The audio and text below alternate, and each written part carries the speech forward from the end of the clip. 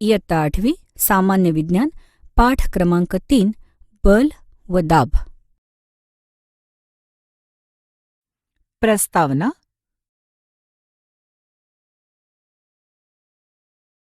थोडे आठवा.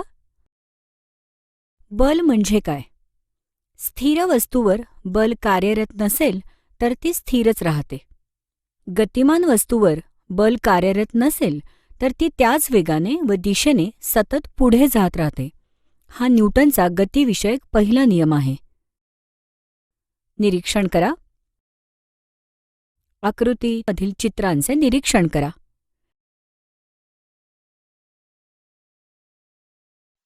संपर्क व असंपर्क बले, contact and non contact forces. आकृतीमध्ये मोटार ढकलणाऱ्या माणसाने मागून बल लावल्याने मोटार पुढील दिशेने ढकलली जाते.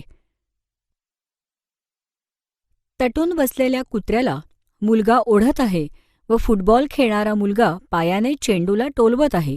यावरून काय आढळते? दोन वस्तूंमधील आंतरक्रियेमधून त्या वस्तूंवर बल प्रयुक्त होते. आकृतीमध्ये चुंबकाच्या ध्रुवाकडे लोखंडी टाचण्या चुंबकीय बलामुळे आकर्षित होतात व चिकटतात हे दाखवले आहे. तसेच नारळाच्या झाडावरून नारळ खाली पडत आहे. गुरुत्वीय बलामुळे वस्तू पृथ्वीकडे आकर्षित होतात. केसांमध्ये घासलेल्या कंगव्याकडे टेबलावरील कागदाचे कपटे आकर्षित होतात. कंगव्यावर स्थितिक विद्युतभार असल्याने व कपट्यांवर विरुद्ध प्रवर्तित भार असल्याने कंगवा व कागदाचे कपटे यांच्यात स्थितिक विद्युत बल प्रयुक्त होते व कपटे कंगव्याला चिकटतात. आकृतीमध्ये वस्तूंच्या एकमेकांशी असलेल्या थेट संपर्कामुळे किंवा आणखी एका वस्तूमार्फत आलेल्या संपर्कामुळे बल प्रयुक्त झालेले दिसते. अशा बलास संपर्क बल असे म्हणतात. आकृतीमध्ये दोन वस्तूंमध्ये संपर्क नसला तरीही त्या दोन वस्तूंमध्ये बल प्रयुक्त होताना दिसते. अशा बलास असंपर्क बल म्हणतात. स्नायुबल हे संपर्क बलाचे उदाहरण असून हे आपल्या स्नायूंच्या मदतीने वस्तूंवर प्रयुक्त केले जाते. उचलणे, ढकलणे, ओढणे अशा कित्येक क्रियांमधून ते प्रयुक्त होते. याउलट चुंबकीय बल, गुरुत्वीय बल, स्थितिक विद्युत बल यासारखी बले कोणत्याही संपर्काशिवाय प्रयुक्त होतात, म्हणून ती असंपर्क बलाची उदाहरणे आहेत. एखादा चेंडू टेबलावर ठेवून त्याला हलकासा धक्का मारला तर तो थोडा पुढे जाऊन संथ होत होत थांबतो. सपाट रस्त्यावर पळणारी मोटारगाडी इंजिन बंद केल्यावर थोडे अंतर जाऊन थांबते. टेबलाचा व जमिनीचा पृष्ठभाग आणि त्यावर गतिमान असणारी वस्तू ह्यांच्यामधील घर्षण बलामुळे हे घडते. घर्षण बल नसते तर न्यूटनच्या पहिल्या गतिविषयक नियमानुसार वस्तू गतिमान राहिली असती. घर्षण बल रोजच्या जीवनात अतिशय उपयुक्त आहे. जमिनीवर चालताना आपण पावलाने जमीन मागे ढकलत असतो. घर्षण नसेल तर आपण घसरून पडू व चालू शकणार नाही. घर्षण बल हे सर्व गतिमान वस्तूंवर प्रयुक्त असते आणि ते गतीच्या दिशेच्या विरुद्ध दिशेने प्रयुक्त होत असते. रस्त्यातील केळीच्या सालीवरून घसरायला होते हे तुम्ही पाहिले असेल. तसेच चिखलामुळेही घसरायला होते. ही दोन्ही उदाहरणे घर्षण कमी झाल्याने घडतात. जरा डोके चालवा. संपर्क व असंपर्क बल प्रयुक्त असण्याची आणखी काही उदाहरणांची यादी करा. कोणत्या प्रकारचे बल आहे ते लिहा. करून पहा. प्लास्टिकच्या 2 लहान चौकोनी आकाराच्या बाटल्या घ्या. त्यांची झाकणे घट्ट बसवा. दोन्ही बाटल्यांवर 2 लहान चुंबकपट्ट्या ठेवा व त्या चिकटपट्टीच्या साहाय्याने नीट बसवा. एका मोठ्या प्लास्टिक ट्रेमध्ये पाणी भरून त्यात ह्या बाटल्या चुंबक वरच्या बाजूस येतील अशा रीतीने तरंगत सोडा. एक बाटली दुसरीच्या जवळ न्या. चुंबकाच्या विरुद्ध ध्रुवामध्ये आकर्षण असल्याने एका बाटलीवरील चुंबकपट्टीचा उत्तर ध्रुव दुसऱ्या चुंबकपट्टीच्या दक्षिण ध्रुवानजीक असेल तर दोन्ही बाटल्या एकमेकांकडे सरकू लागतील. बाटल्यांच्या दिशा बदलून काय होते त्याचे निरीक्षण करा. प्रत्यक्ष संपर्क न येता बाटल्यांच्या गतीत होणारे बदल आपल्याला दिसतात. याचा अर्थ दोन्ही चुंबकांमध्ये असंपर्क बल कार्यरत आहे. जरा डोके चालवा. स्थितिक विद्युत बल तुम्ही मागील इयत्तेत शिकला आहात. स्थितिक विद्युत बल हे असंपर्क बल आहे. हे सिद्ध करण्यासाठी कोणता प्रयोग कराल? संतुलित आणि असंतुलित बले, बॅलन्स्ड अँड अनबॅलन्स्ड फोर्सेस.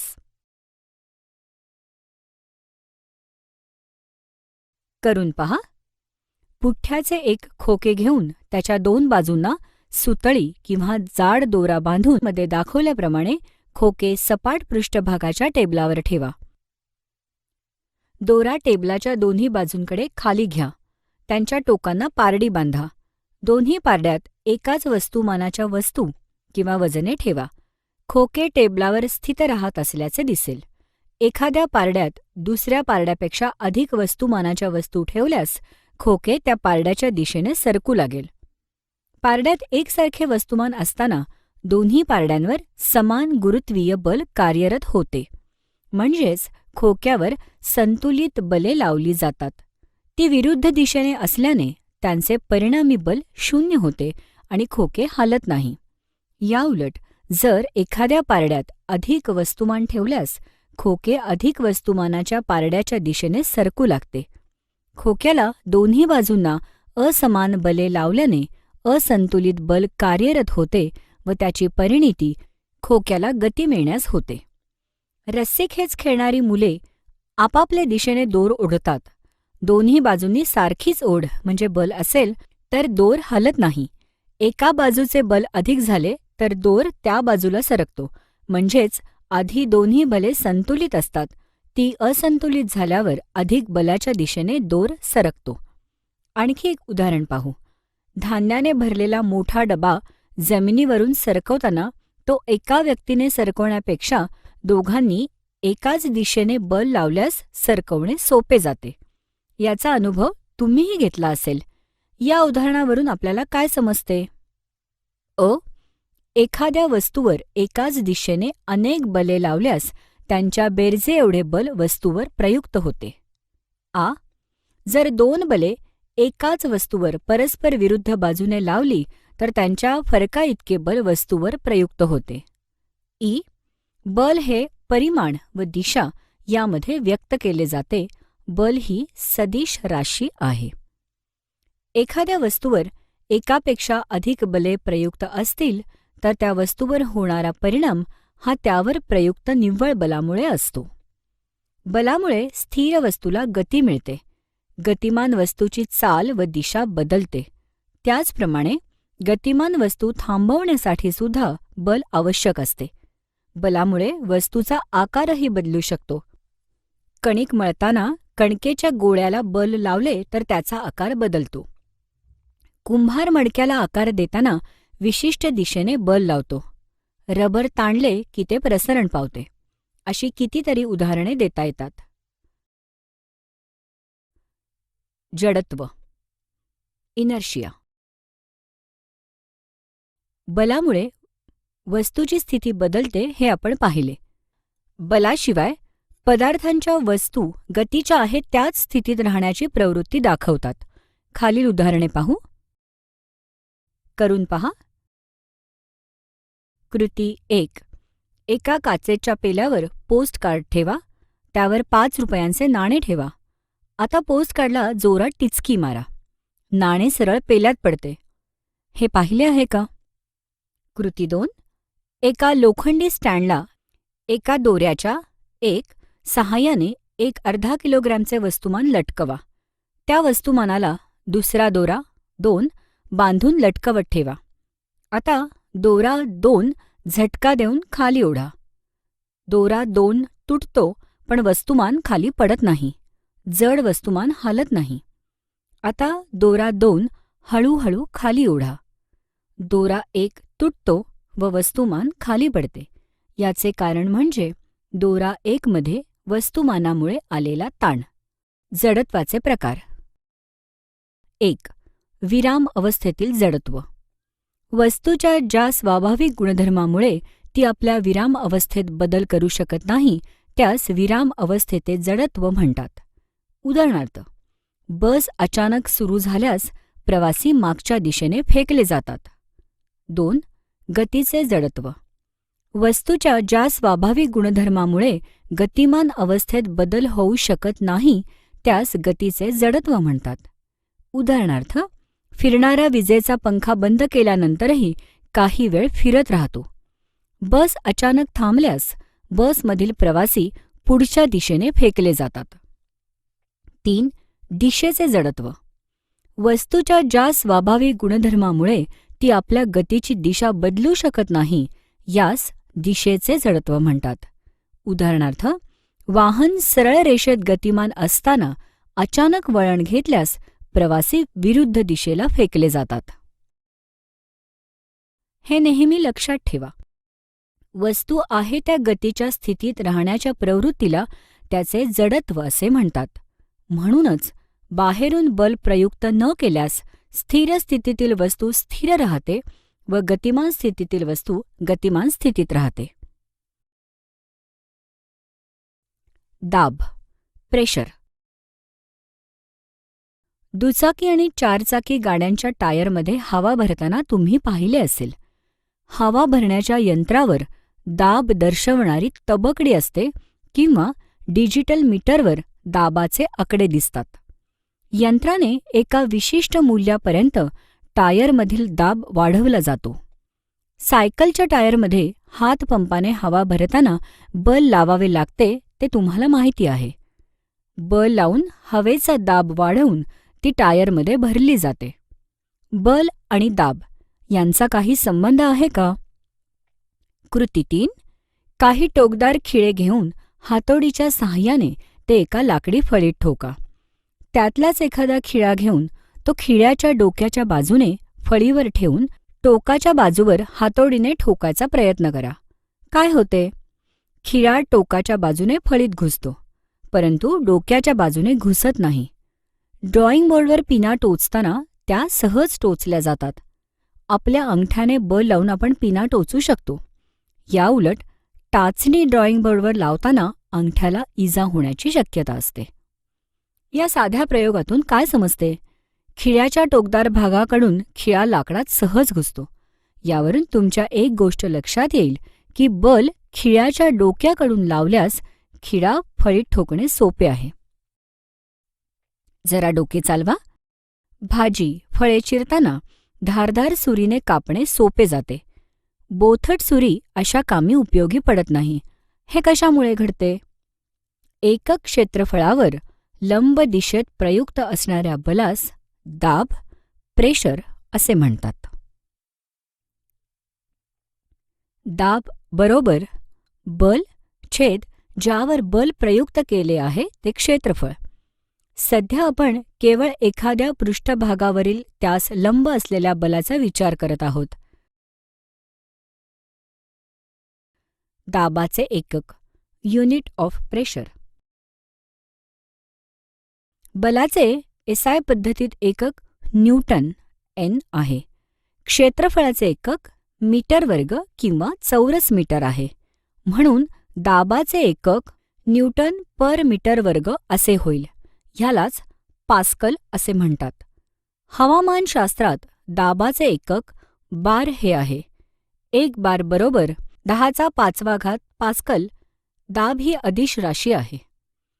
क्षेत्रफळ वाढले की त्याच बलाला दाब कमी होतो आणि क्षेत्रफळ कमी झाले की त्याच बलाला दाब वाढतो.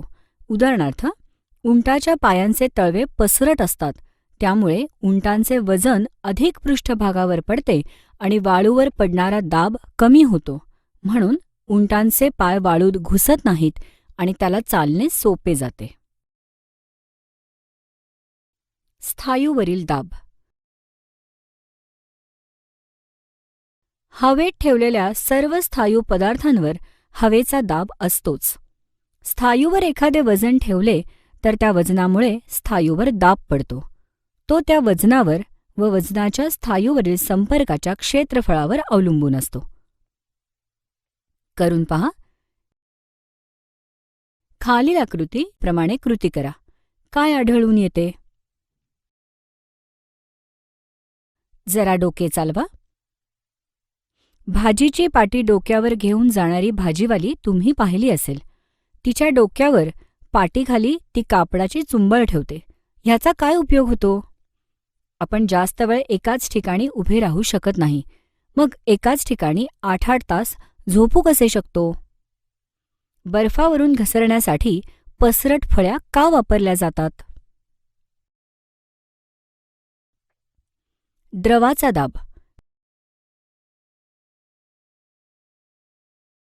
करून पहा. कृती 1. प्लास्टिकची एक बाटली घ्या. रबरी फुगा ज्यावर बसेल अशा काचेच्या नळीचा साधारण 10 सेंटीमीटर लांबीचा तुकडा घ्या. नळीचे एक टोक जरा तापवून हलकेच बाटलीच्या तळापासून 5 सेंटीमीटरवर बाटलीत एका बाजूने दाबून आत जाईल असे बसवा. पाणी गळू नये म्हणून नळीच्या बाजूने मेण तापवून लावा. आता बाटलीत थोडे थोडे पाणी भरून फुगा फुगत जातो ते पहा. यावरून काय दिसते? पाण्याचा दाब बाटलीच्या बाजूवरही पडतो. कृती 2. एक प्लास्टिकची बाटली घ्या. आकृतीत मध्ये दाखवल्याप्रमाणे 1, 2, 3 अशा ठिकाणी प्रत्येक पातळीवर दाभणाने किंवा जाड सुईने छिद्रे पाडा. बाटलीत पूर्ण उंचीपर्यंत पाणी भरा. आकृतीत दाखवल्याप्रमाणे पाण्याच्या धारा बाहेर येताना दिसतील. सर्वात वरच्या छिद्रातून पाण्याची धार बाटलीच्या जवळ पडते, तर सर्वात खालच्या उंचीवरील छिद्रातून धार सर्वात दूर पडते. शिवाय एकाच पातळीवरील 2 छिद्रांमधून धारा बाटलीपासून समान अंतरावर पडतात. यावरून काय समजते? एकाच पातळीत द्रवाचा दाब एकच असतो, तसेच द्रवाच्या खोलीप्रमाणे दाब वाढत जातो. वायूचा दाब. एखादा फुगा तोंडाने हवा भरून फुगवताना तो सर्व बाजूंनी फुगत जातो. फुग्याला बारीक छिद्र पाडले तर त्यातून हवा बाहेर जात राहते आणि फुगा पूर्ण फुगत नाही. ही निरीक्षणे वरील द्रवावरील प्रयोगांच्या निष्कर्षाप्रमाणे आहेत. असे दिसून येते की वायूसुद्धा द्रवाप्रमाणेच ज्या पात्रात तो बंदिस्त आहे त्या पात्राच्या भिंतीवर दाब देत असतो. सर्व द्रव आणि वायू यांना द्रायू, फ्लुइड अशी संज्ञा आहे. पात्रातील द्रायू पात्राच्या सर्वच पृष्ठभागावर, भिंतीवर आणि तळावर आतून दाब प्रयुक्त करतात. बंदिस्त अशा दिलेल्या वस्तुमानाच्या द्रायूमध्ये असलेला दाब सर्व दिशांना समरूपाने प्रयुक्त होतो. वातावरणीय दाब. Atmospheric pressure. पृथ्वीवर सर्व बाजूंनी हवेचे आवरण आहे. ह्या आवरणालाच वातावरण असे म्हणतात. पृथ्वीच्या पृष्ठभागापासून सुमारे 16 किलोमीटर उंचीपर्यंत हे वातावरण आहे. त्यापुढेही सुमारे 400 किलोमीटरपर्यंत ते अतिशय विरल स्वरूपात असते.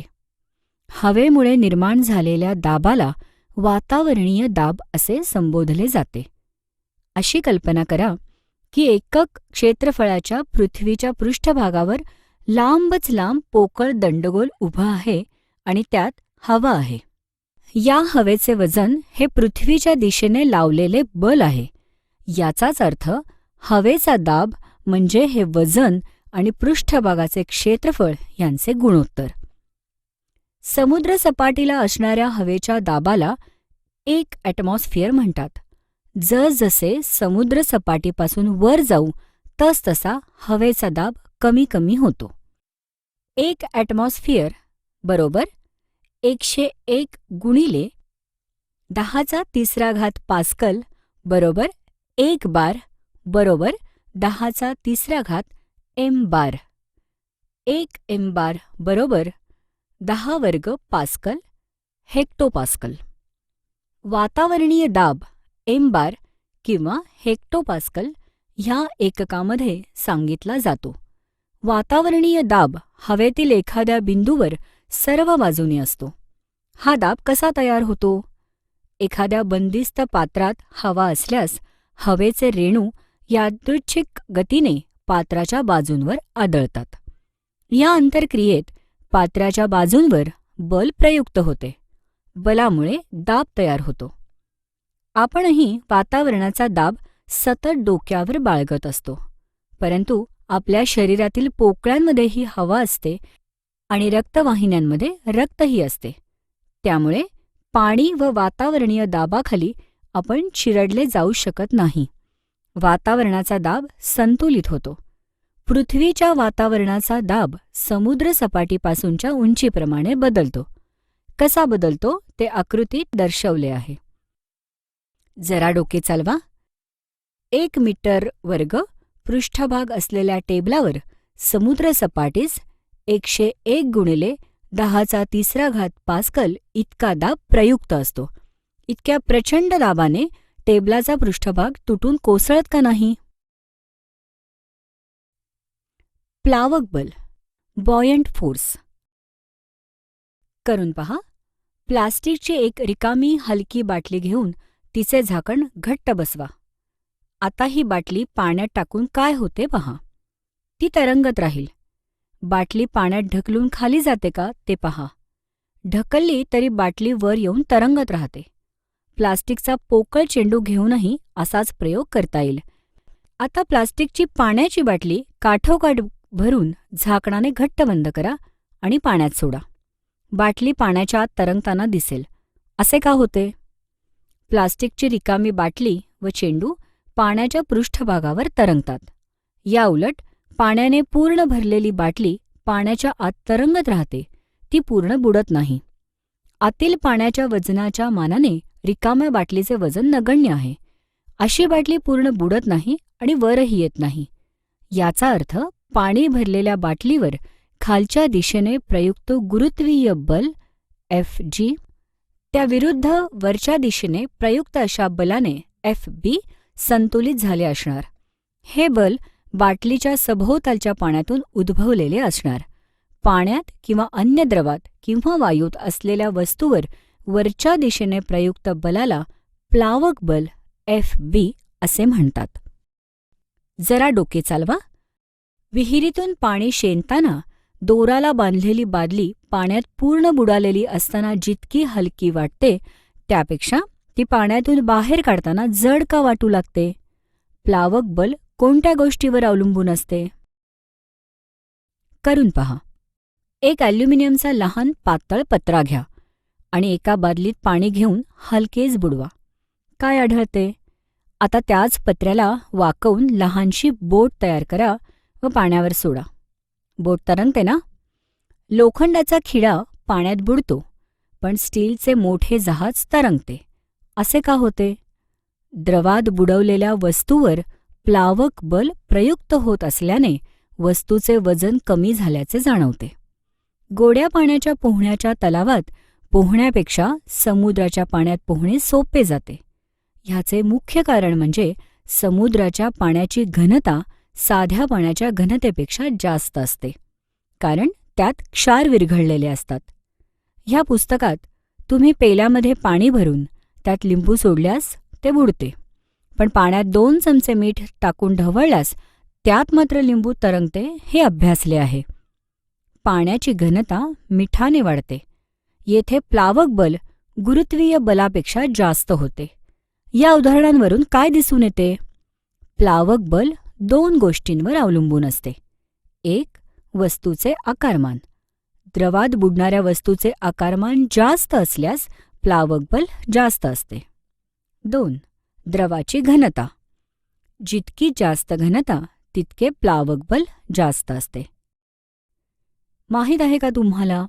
एखादी वस्तू द्रवात टाकल्यास ती वस्तू द्रवात बुडेल, वर येऊन तरंगेल की द्रवाच्या आत तरंगेल हे कसे ठरते?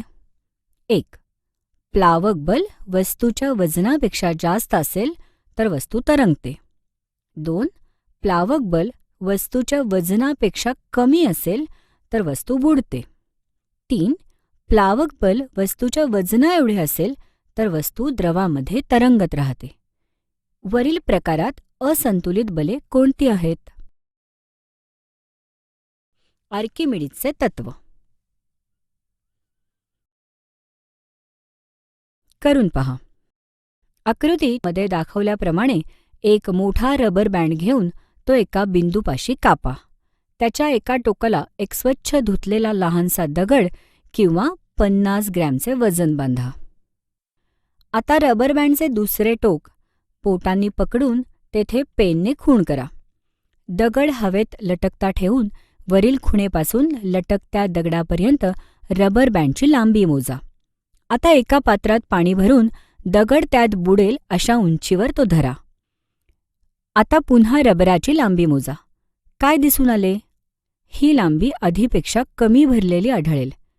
पाण्यात दगड बुडवताना ताणलेल्या रबराची लांबी हळूहळू कमी होते व तो पाण्यात पूर्ण बुडाला की लांबी सर्वात कमी होते. लांबी पाण्यात कमी होण्याचे काय कारण असावे?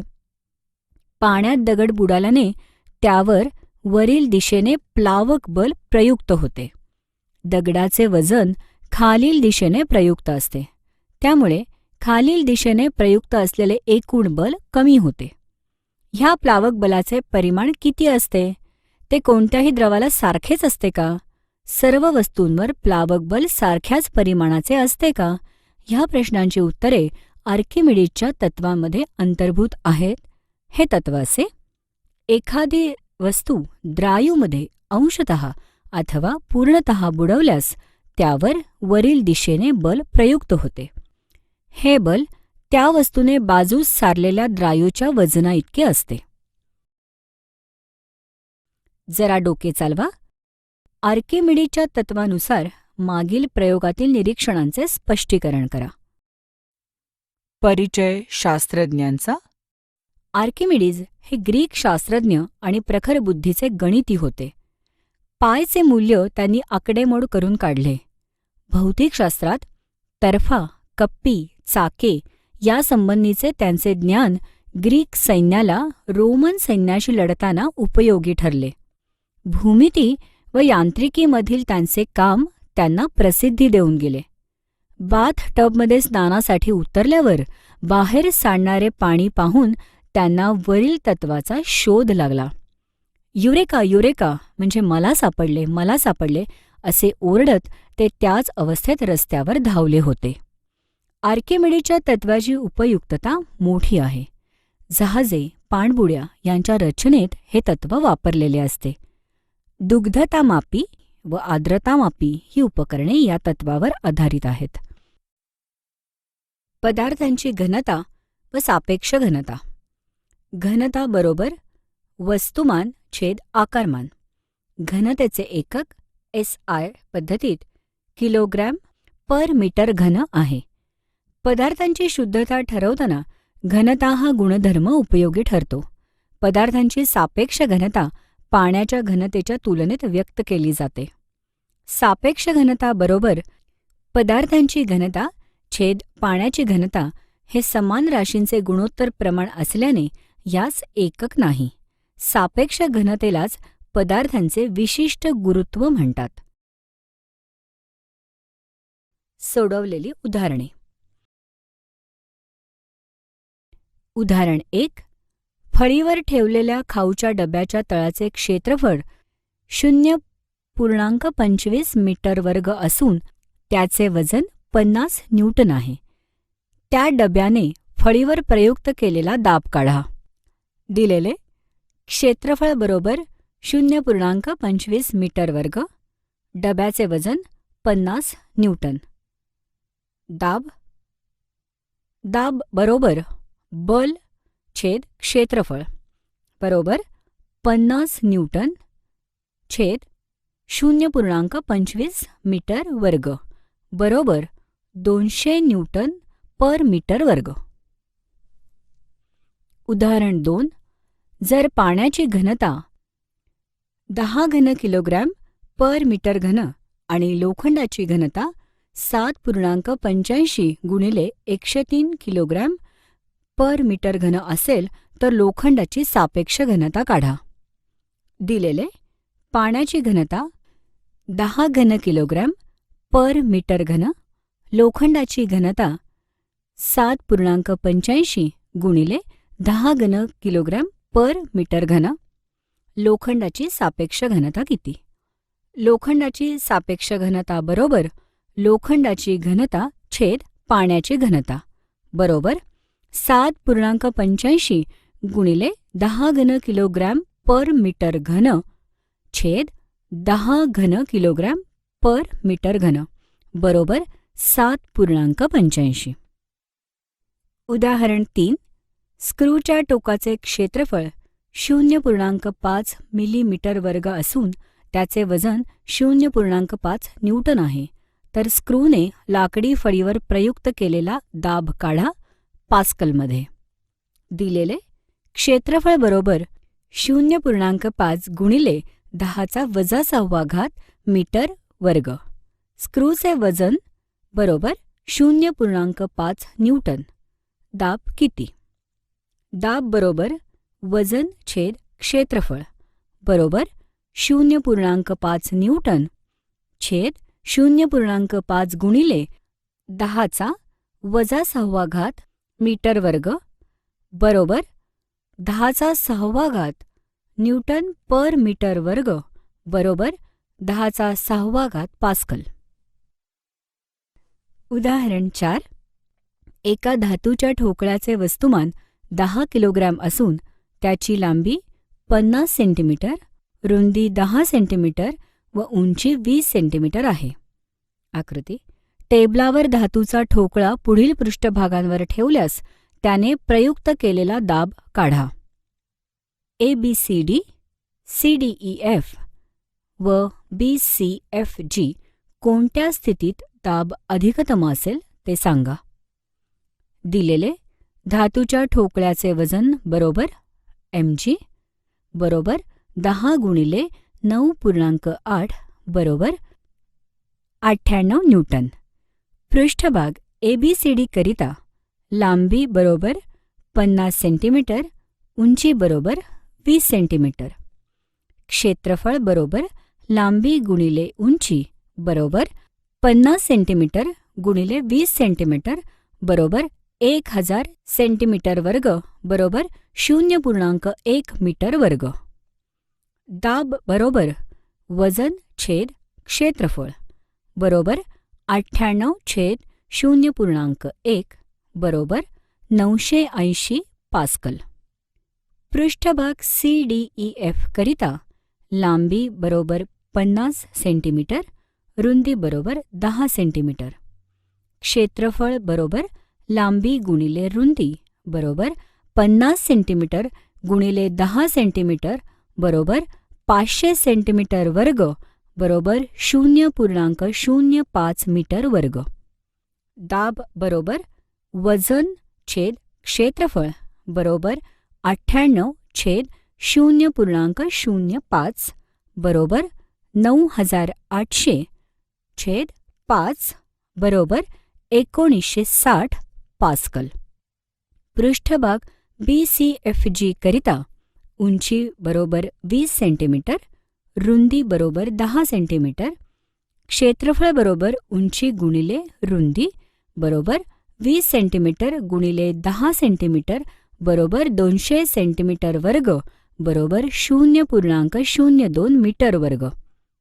दाब बरोबर वजन छेद क्षेत्रफळ बरोबर 98 न्यूटन छेद 0.02 मीटर वर्ग बरोबर 4900 पास्कल अधिकतम दाब.